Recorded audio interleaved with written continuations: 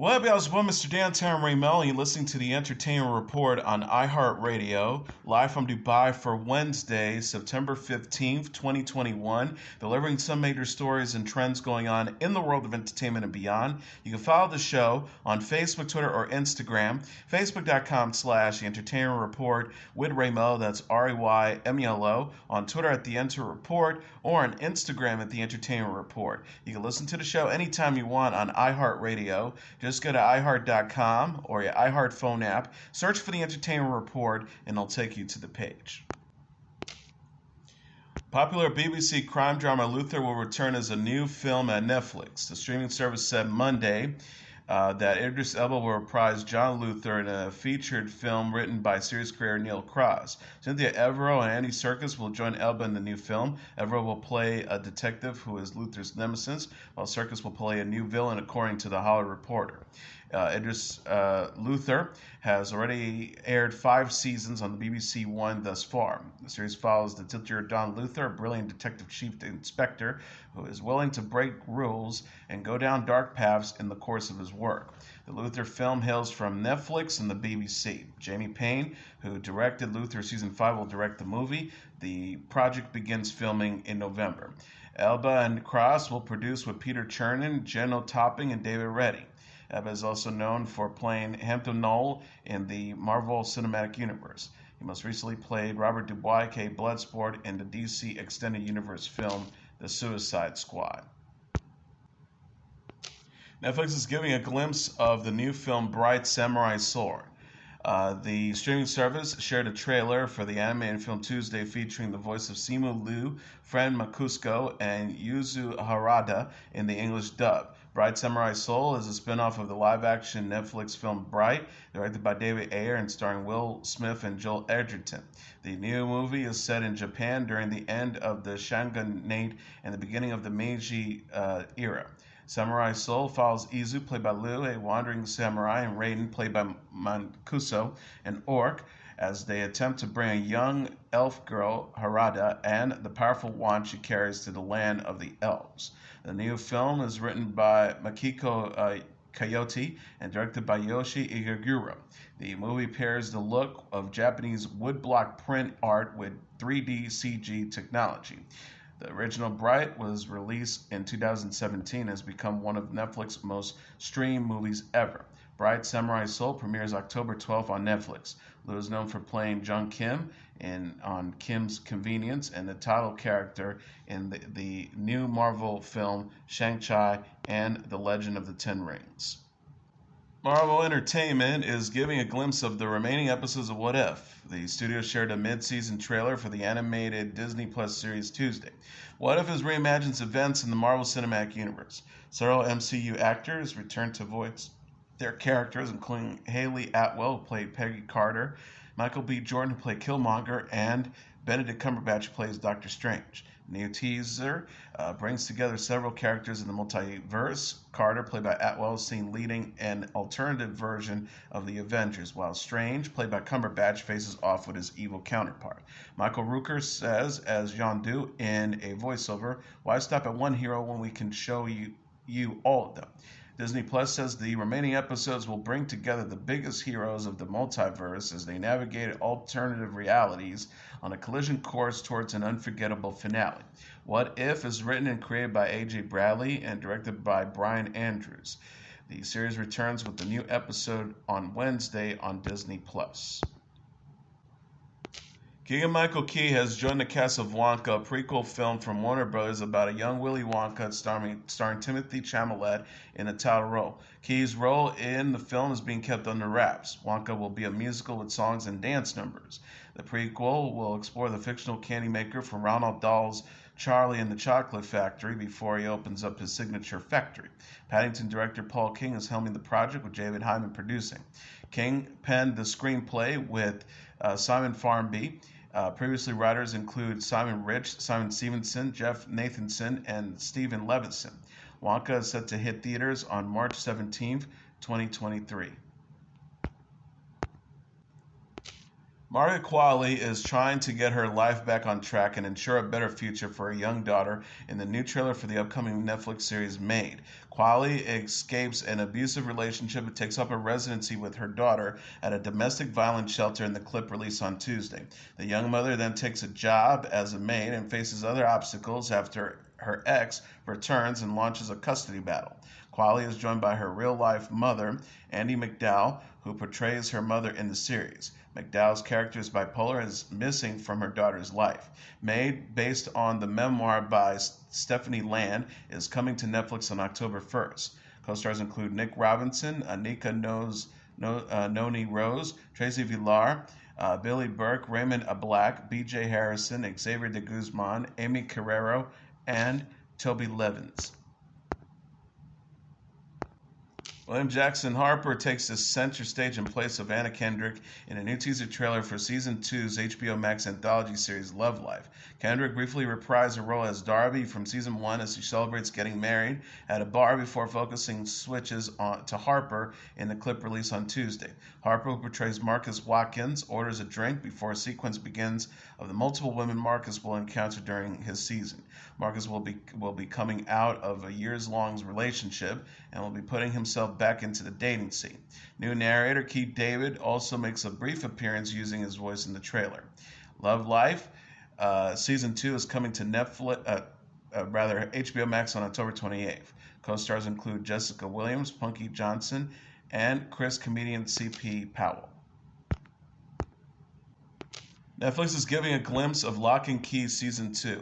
The streaming service shared a teaser trailer for the season on Tuesday featuring Connor Jessup, Emilia Jones, and Jackson Robert Scott as siblings Tyler Kinsley and Boyd Locke.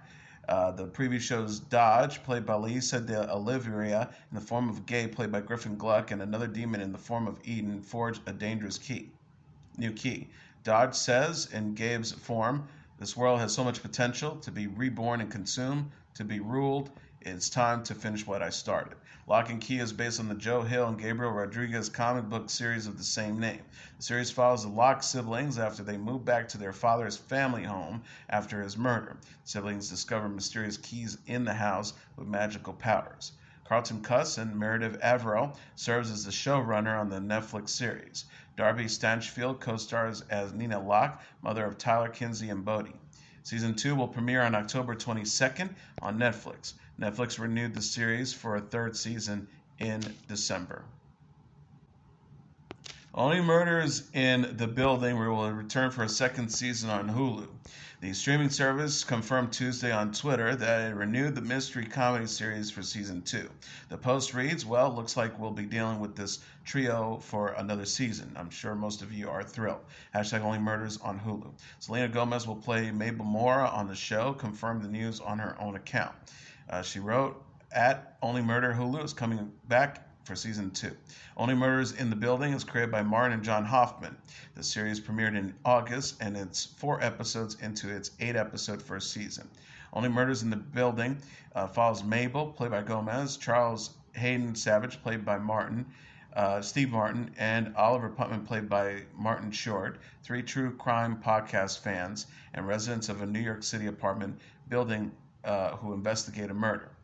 Hoffman said in a statement, everyone is amazing building work with such love and expertise through extraordinary times, and with incredible support from Disney, Hulu, and the 20th Century TV to create a first season that might live up to our legendary cast, our beloved New York City, and to make a show about a connection.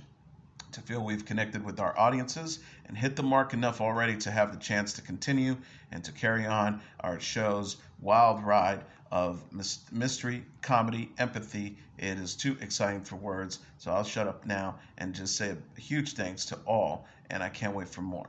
Hulu says Only Murder in the Building has the highest premiere day tune-in for any comedy series in the history of its platform. The series marks Steve Martin's first regular role in a scripted series.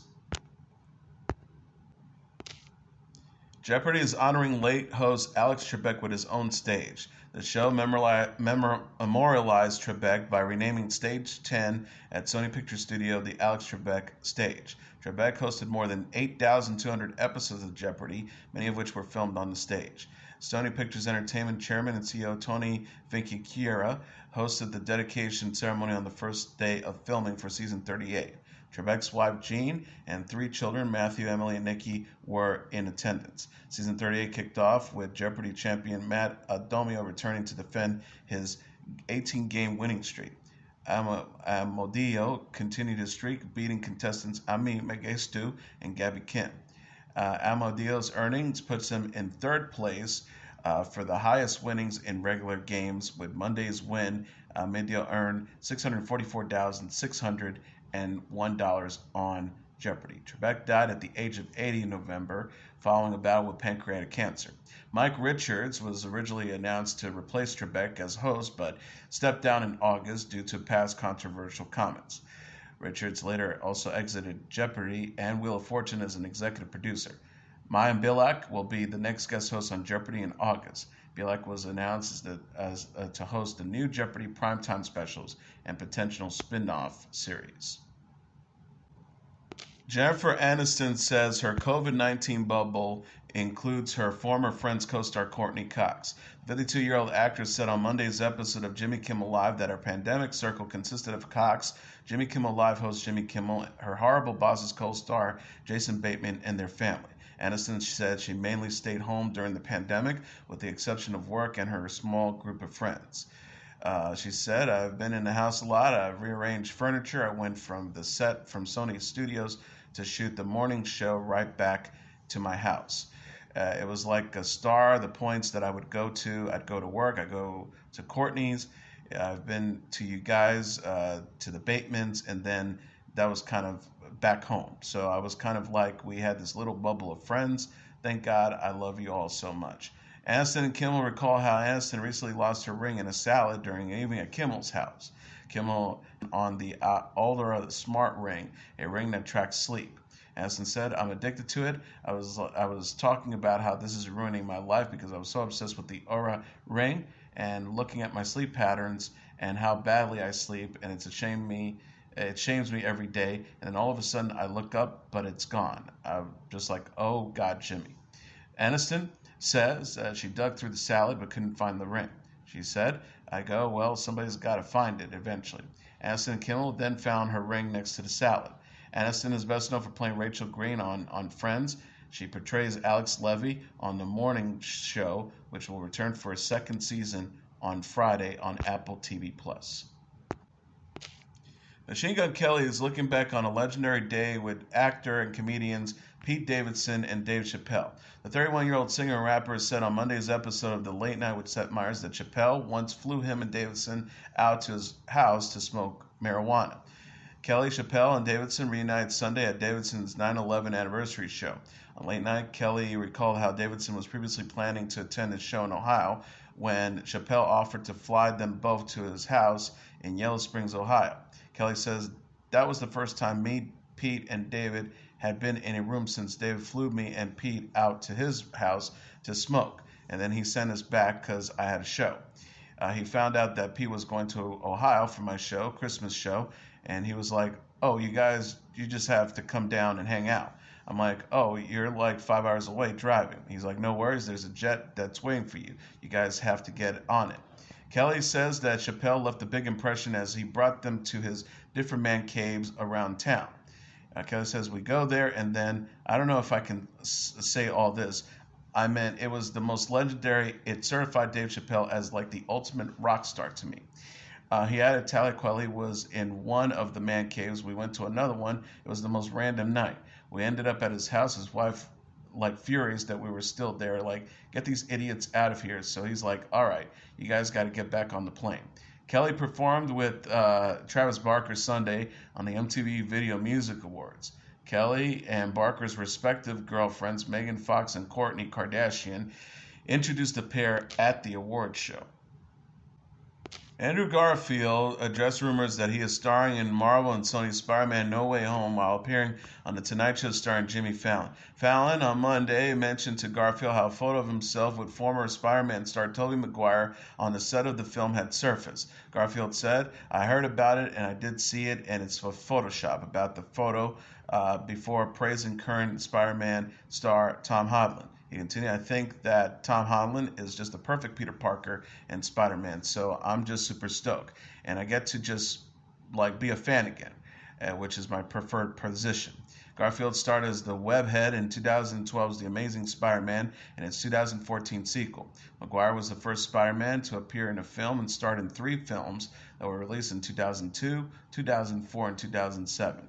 No Way Home is Holland's third solo Spider-Man film. No Way Home involves Holland visiting Benedict Cumberbatch's Doctor Strange in order to cast a spell that will make the world forget about his secret identity. The spell goes wrong and opens up the multiverse. A trailer for the film features Alfred Molina as Dr. Octopus, who battled Maguire in 2004's Spider-Man 2. Speculation has been rapid that both Garfield and Maguire will return as well due to the opening of the multiverse. Garfield next stars in The Eye of Tammy Faye, where he portrays televangelist Jim Bakker, and Jessica Chastain as his wife Tammy Faye Bakker. The film hits theaters on Friday. Garfield told Fallon about the role. "With Jim, for me, it was one of the hardest characters I've ever had to step into because he's so far away from me, internally, externally, accent-wise. The whole thing, it was the biggest stretch I'll ever have to do in terms of creating a character." And finally, Norma Donald died Tuesday after a private battle with cancer. McDonald's manager Mark Gurevs confirmed the comedian's death to USA Today, and the firm Brillstein Entertainment confirmed to Deadline. McDonald was 61. A stand-up comic, McDonald was a cast member on Saturday Night Live from 1993 to 1998. He replaced Kevin Nealon as the host of Weekend Update in 1994. SNL made Colin Quinn the host of Update in 1998 and fired McDonald at the end of the 97-98 season. McDonald returned to host the show on October 23, 1999. McDonald appeared in Adam Sandler's film Billy Madison in 1995. He got his own movie, Dirty Work, released in the summer of 1998 following his SNL departure. McDonald would cameo in Rob Schneider's Deuce Bigalow movies and The Animal. He co-starred with Dave Chappelle and Danny DeVito in 2000's Screwed, and the voice of Lucky the Dog in the Dr. Dolittle films. Fellow comedians Patton Oswalt, Jim Carrey, and Steve Martin remember McDonald. Carrey tweeted, "My dear friend Norm Macdonald passed away after a brave 10-year battle. He was one of our most precious gems, an honest and courageous comedic genius. I love him." Macdonald had 2 television sitcoms. Norm lasted 3 seasons, and A Minute with Stan Hopper lasted 1. He launched the podcast Norm Macdonald Live in 2013 and hosted Netflix's talk show in 2018. In between, he appeared on televised poker tournaments and was a judge on NBC's 2015 season of Last Comic Standing. Macdonald was active on social media. His last tweet was on July 16th with golfer Colin Mikirkawa. Macdonald was 61. And as your entertainment report for Wednesday, September 15th, 2021, I'm your host, Mr. Downtown Melo. I'll be back tomorrow to deliver some major stories and trends going on in the world of entertainment and beyond. You can follow the show on Facebook, Twitter, or Instagram, facebook.com/entertainment report with Ray Melo, that's RAYMELO, on Twitter at The Enter Report, or on Instagram at The Entertainment Report. You can listen to this episode or any previous episodes of The Entertainment Report anytime you want on iHeartRadio. Just go to iHeart.com or your iHeart phone app, search for The Entertainment Report, and it'll take you to the page. Good night, and God bless you all.